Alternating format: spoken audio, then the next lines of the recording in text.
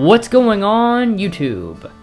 So Subaru is one of the most experienced automakers when it comes to crossovers, which is why they offer a flavor in basically every size category.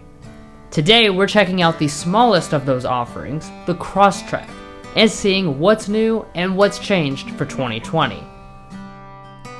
Of course, we want to specially thank Quantrell Subaru for loaning us this Crosstrek today, and if you're in the market for any new Subaru, make sure you stop by their dealership or visit them via their website. So with that stuff all said, let's go ahead and get to it.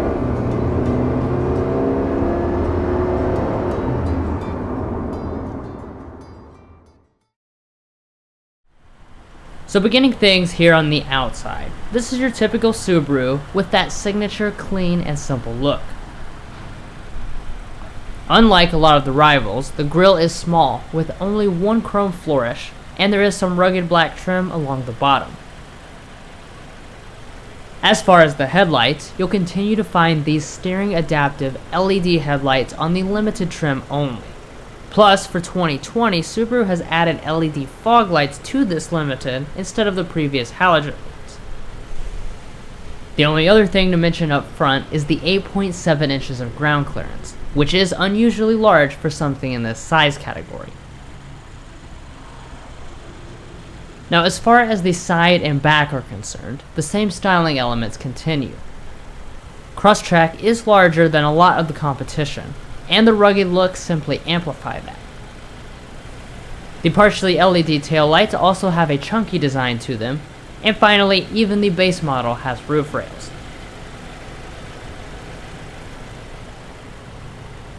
Now coming to the wheels, there continue to be a couple different options. These are the Limited's 18-inch alloys with a cool contrast design. But even if you go for one of the lower trims, you still get 17-inch wheels with basically the same design.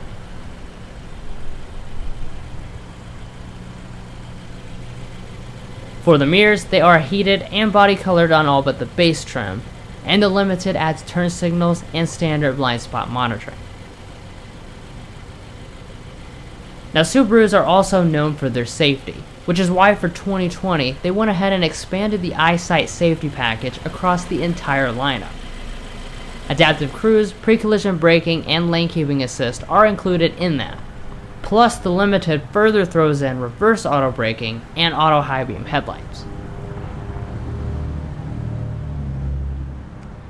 So that's going to conclude everything on the outside.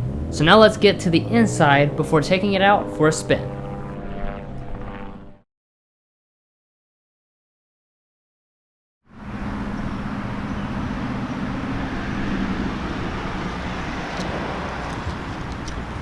So on the 2020 Crosstrek, you will continue to find the smart entry system on the limited trim only. And as you can see, you do have your typical Subaru key fob. And then of course, as far as getting in itself, there's a sensor behind the handle, so all you have to do is grab it.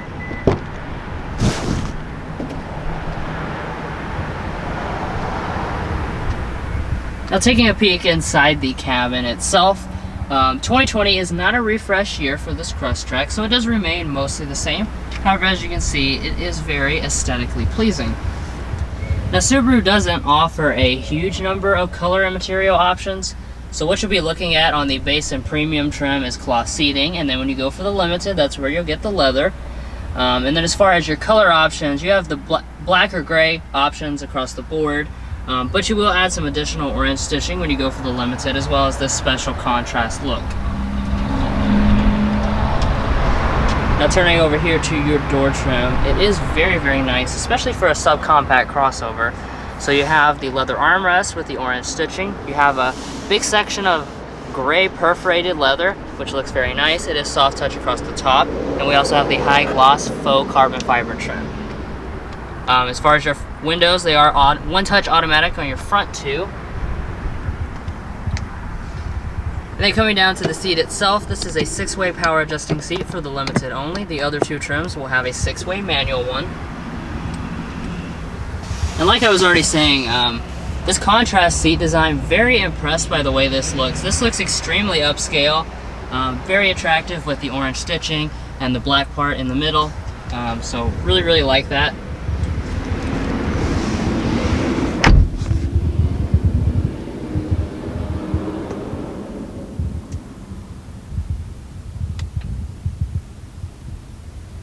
Now, as far as your cabin materials, Crosstrek has always had pretty nice ones, and that continues for 2020. So across your upper dashboard, this is all a soft touch plastic. You will have a stitching detail on the other trim levels, but it's only the contrast orange when you go for the Limited. You have a piece of silver trim through here, more of the soft touch materials in the lower areas, and then all through here, it is hard touch, but everything fits together really well, really solidly, and that is expected for this class. So on the Limited model, press the button to start.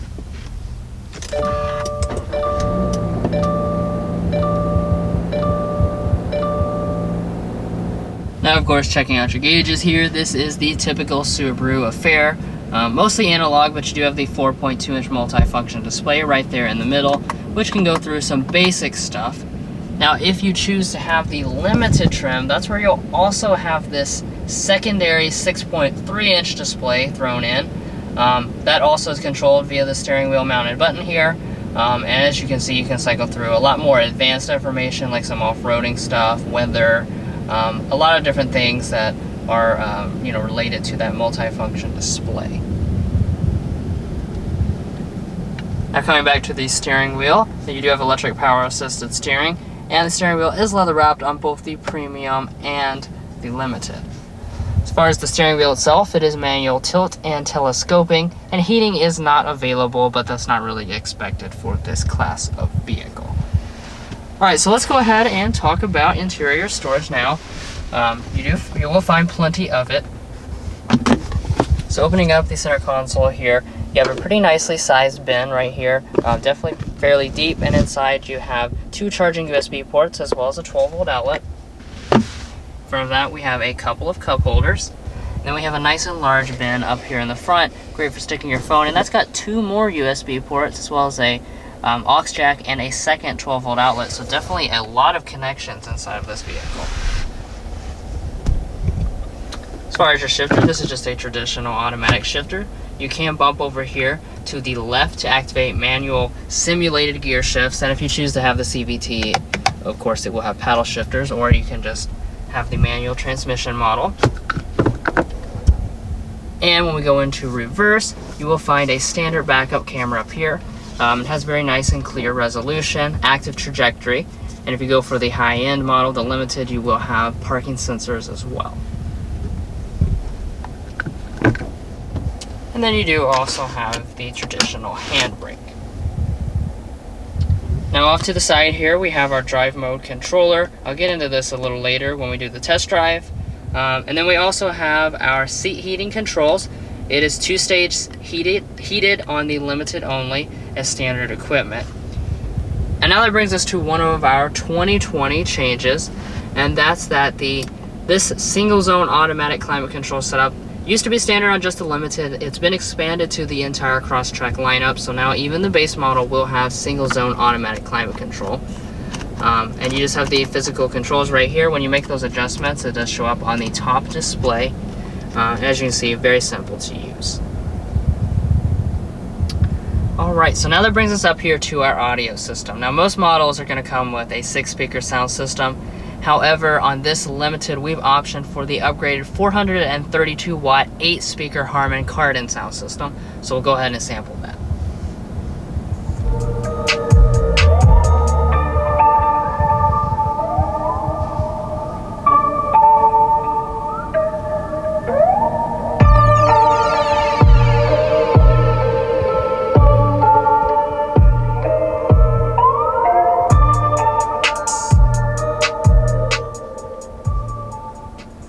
This is definitely a great sounding sound system, and I'm glad Subaru does offer an upgrade since a lot of rivals do not offer any upgraded sound systems in subcompact crossovers.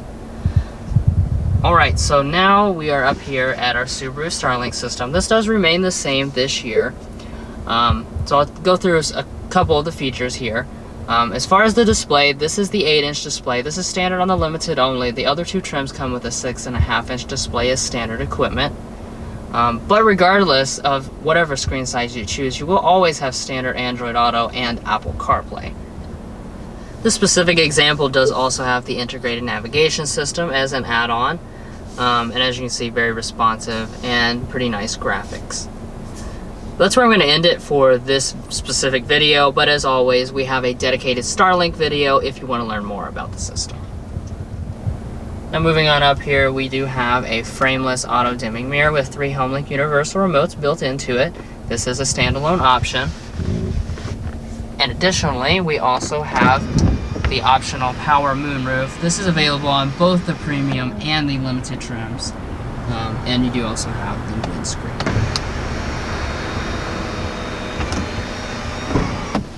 Alright, so that is going to do it for all the front areas of the Subaru Crosstrek. So now I'll go ahead and hand it off to my brother Mason to check out all the back areas.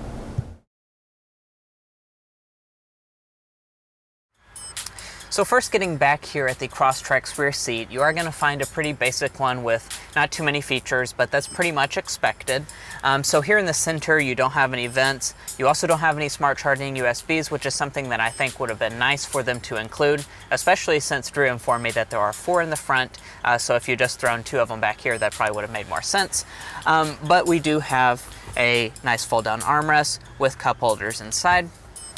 And other than that, there's really not much going on. But as far as the space is concerned, we're coming in at 35 inches of rear legroom and 38 inches of rear headroom, which is actually pretty good specs for this class. That does put it behind the Forester for reference.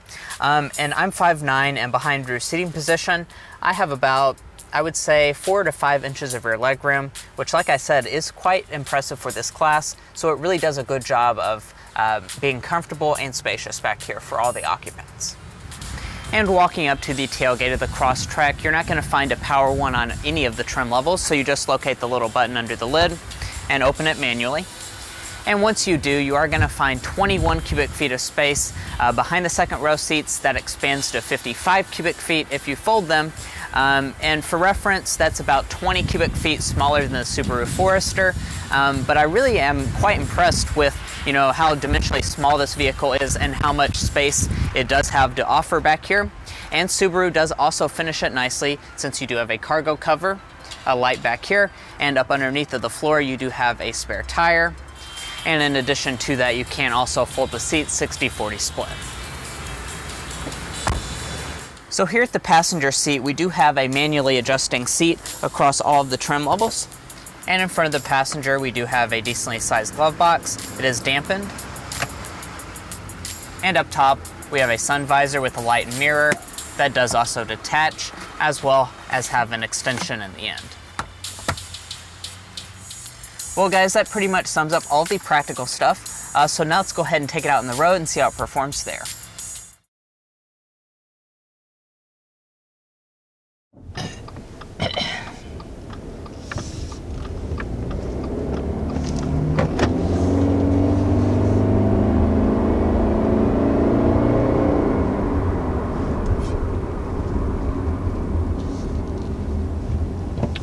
So that was our initial acceleration. You know, it feels perfectly fine for this category of vehicle. I mean, obviously I never expect anything in this class to, you know, blow me away or feel incredibly powerful. But, you know, it does make fine numbers for this type of vehicle. It's a 152 horsepower, 145 pound-feet of torque from a 2-liter Boxer 4-cylinder.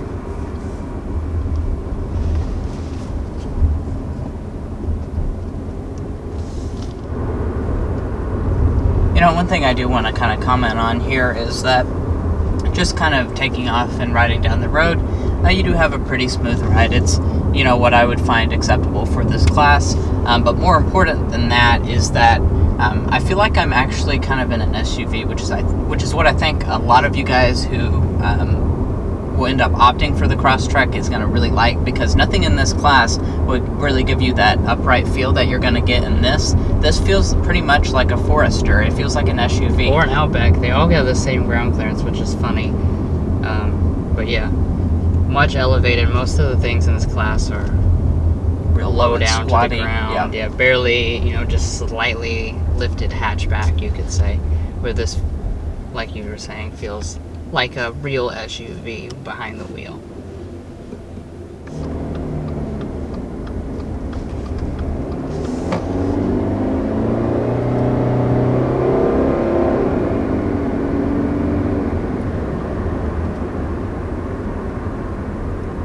As you can probably tell from that acceleration, this is a continuously variable transmission. Now you also have the option to choose a 6-speed manual. That's standard on both the base and the premium model. But when you go for the limited, you have the standard CVT. There is also a little bit of a shift simulation, as you could tell.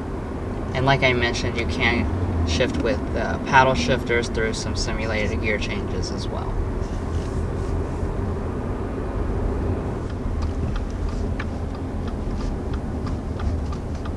Now, one of the things I want to talk about is this new drive mode. We have the S drive, so I'll go ahead and click that and see what happens.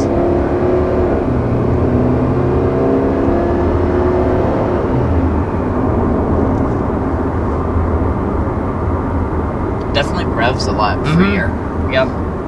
Increases the throttle response. Now, this model does have more sensitive throttle response than like the Forester and Outback. It's kind of the older style Subarus. That's any of the older Subarus that I've driven. They always have very sensitive throttle, and this does have a sensitive throttle response.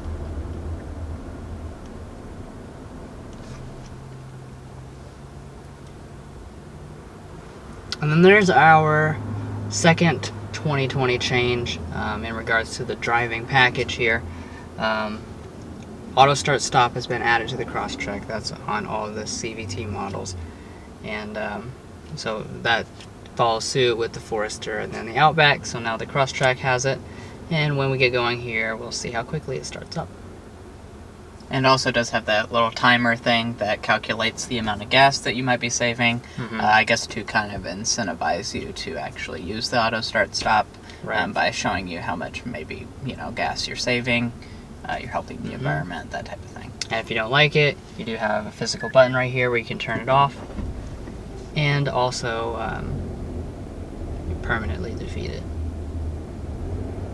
And it did start up there, and I didn't think that felt too rough. I think maybe even the Forester was a little bit more rough than that, to be honest. Actually, that felt nice and smooth.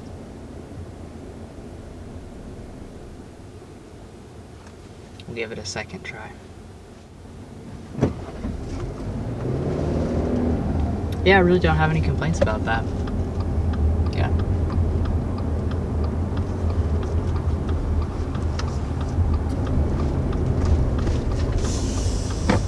Another thing to mention, of course this is a Subaru, so you do have standard all-wheel drive across all of the models. So that's going to be something that, really none of its competitive set will pretty much offer you that standard all-wheel drive. So that's definitely something to consider. A lot of the rivals don't even have that. Exactly, and especially at that base price point of like $23,000, you're gonna have standard all-wheel drive, which is a big bonus.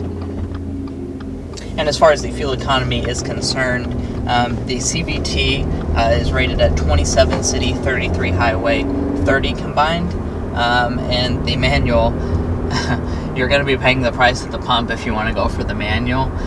That's going to be 22 city, 29 highway, 25 combined. So yes, you are looking at a 5 mpg drop for that manual model. Or you pay extra for the CVT, so maybe it offsets in the long run. But we haven't really talked about the ride yet. It is very smooth, very comfortable. A lot of small cars, you pay the price for the size and having a suspension that's just harder, less ability to absorb bumps. But once again, like a lot of aspects about this Crosstrek, it feels bigger than it actually is. It feels like a more expensive vehicle than it actually is, and the ride is really quite smooth.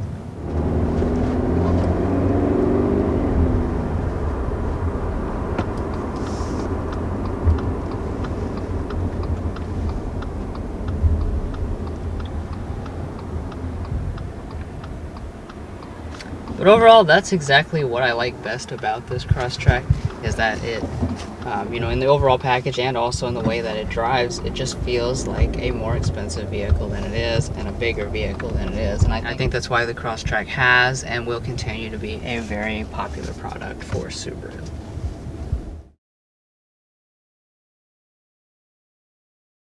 Alright, and for the pricing, the base model starts at $22,145, and then you have the premium, that's $23,195, and then finally you have the limited, which is what we have here, which starts at $27,395. Now, something to keep in mind is that for the base and premium prices that I just said, that is for the manual transmission, not the CVT. Now, we do have a few different options added on top of that limited price. So we have option package 23, which includes the StarLink system with navigation. That's $2,395. And then we also have exterior auto dimming mirrors with the home link, and that's $600, as well as splash guards for $155, rear bumper cover for $119, and the rear seat back protector for $102. And then all told, when you add the destination charge of $1,010, this particular model as equipped comes in at $31,776, which is probably the most expensive Crosstrek you can get. I think this one is completely fully loaded, and I still think that it's a very reasonable price, especially for as nice of a cabin as you're getting in here. So you're getting a lot for your money here. Well guys, that sums up this in-depth review of the 2020 Subaru Crosstrek. If you've made it this far, that hopefully means that you enjoyed the video, so be sure to help us out by hitting that subscribe button down below, and we'll catch you next time as we sample more of the latest automotive delicacies.